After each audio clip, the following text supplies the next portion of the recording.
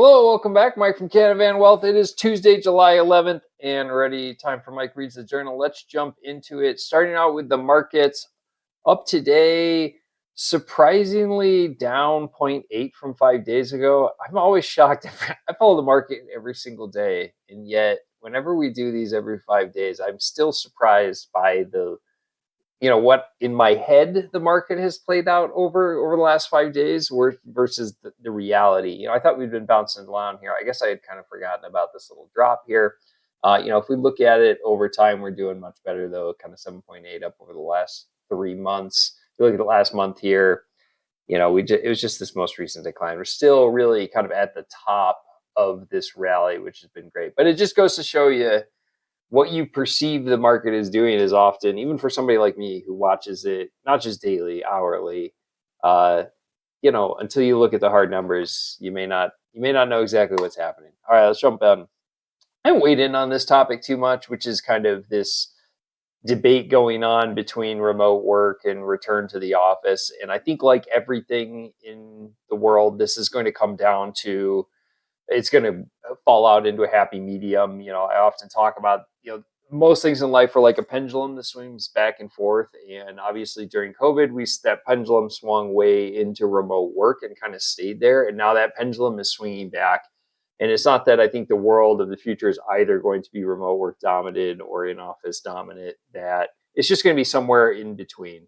There's been a lot of commentary about this all over the place. I think it is relatively good news to see that pendulum swinging back towards office work at a minimum for our downtowns and office rentals, to give them more time in order to kind of rebalance those asset portfolios, those kind of that real estate, into getting it turned into kind of dwellings, returning to kind of apartment life in downtown versus office space. I think there is going to continue to be a changing of the downtown parts of our major cities, but it's important that they have time to do that. So, kind of a swing back towards office work, which I think is starting to show up, is going to be important for that. All right, this is actually an older article. This goes back to the 4th of July. I marked it back then to pull out during a rainy day. And this is that rainy day. So this is about they kind of interviewed some retirees and lessons about that. And I just wanted to go through the first one. So this first one is investing for retirement means more than money. And this talks about, effectively the other hurdles that people had problems in their retirement with, mostly around finding purpose and what they wanted to kind of fill their time with. And I would say this is super important. Simple truth is there are a lot of people out there that retirement is not necessarily for them, at least full retirement. You're entirely leaving the workforce or something. And it has nothing to do with, the fact that maybe they didn't save enough money or anything along those lines. A lot of these people are very successful, and the idea of not having some type of, daily purpose in order to kind of contribute is not for them. So it talks about that. It talks about also, kind of just ensuring that you have something, to kind of plan your day around. Relationship are a key to retirement. This is one that I talked with a lot of clients around who ask me questions about, should I do X over Y? And that question is often money related, but the answer to the question is often not money related, because it is more of a lifestyle choice than necessarily, in this case, they're talking about, should I move closer to family? Should I stay with a friend group? Should I do all of these things? The example I often give folks around here, I live very close to Jackson Hole, Wyoming, which is a big resort town. I have a couple of clients who live in that area, as well as Teton Valley, which is, kind of the Idaho version of that. And they often ask me, should I stay in my home here, or should I move out of the valley? Because, homes in Jackson Hole, you can't find anything under $1 million, and you'll easily find something like that you're happy with somewhere else in the country for half that, and then your retirement assets are increased on that. And I'll often say, it doesn't matter what the numbers say. It matters where you want to retire, right? Living in a resort town is more about the lifestyle choice than necessarily the financial numbers of it, because you can't live in Jackson Hole and buy a house in Arizona, right? If you want to live in Jackson, you need to stay in your home. So, the dollars and cents of it don't necessarily line up to the lifestyle choice that's probably more important, right? If living next to your grandkids' kids is substantially important to you, then moving, even though it may not make the most financial sense, is probably very important to you. Last one here, retirement is longer than you think. This is effectively folks saying, longevity is really long these days, and outliving your money is a scary prospect. To be perfectly honest, this does not scare me with a lot of clients who do planning. Most clients who do planning, I'm often telling them, you could have retired several years ago.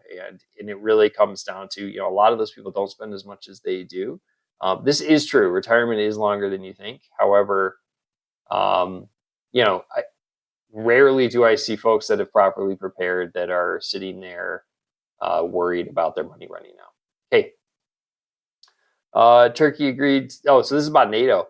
Yeah. So yesterday, Turkey agreed to allow Sweden to join NATO, which was kind of technically not that hot on the heels. But Finland and Sweden were supposed to join together. Finland got accepted not too long ago. Sweden was a holdout. It really comes down to their domestic or their terrorism policies and their kind of not association with, but we'll call relationship with this group of Kurdish kind of rebels. They've been branded as terrorists by like most of mainland Europe and the US. I think it's the KRR, which, Turkey struggles with.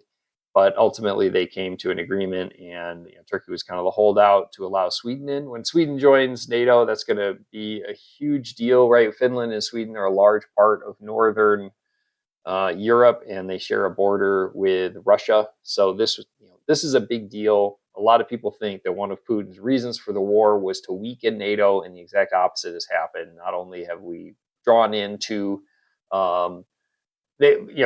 Sweden and Finland have been longtime allies to NATO, but technically not a part of it. Putin effectively threatened them if they joined. They're joining. Good news. The other side of that coin is this, which is U.S. at odds with NATO allies over Ukraine membership. This is kind of a weird story because the U.S. has been the largest supporter, I would assume monetarily. I didn't look that stat up, but I would be shocked if it wasn't the case, of the Ukraine in the war. Obviously, a major supporter of them continuing to fight, been a huge arms supplier, but they are being very cautious about what they're saying and their attitude towards inviting Ukraine into the alliance on whatever time frame that is, largely because they don't want to be drawn into the war, right? If, for example, if Ukraine were to join NATO today, then we would all have to, NATO would have to show up with guns and armors and tanks because they're being invaded. So, it's been a long time policy of NATO that you don't allow members in while they have ongoing conflicts. That, of course, could all change. A lot of Europe is pushing more for admitting Ukraine, including Turkey, which was kind of odd. So it's interesting, this whole what's going on with NATO. I think we're going to see Turkey is kind of coming into power in NATO because of their relationship with Russia, the Middle East, and Europe. The U.S. is certainly still holds a lot of power. Where this all falls out with Ukraine and the war and everything is obviously way too early to know. Will be very, very interesting to see. And of course, we have to see how kind of the summer offensive, which has certainly been slow going, kind of turns out to be. All right, that is it. Big day for NATO, slow day otherwise. I think we've got inflation numbers coming out tomorrow, which will be very, very important for the markets. I may mention those on kind of later videos. Standard disclaimers here. And if you do like the video, please like and subscribe. Otherwise, I will talk to you soon. Thank you.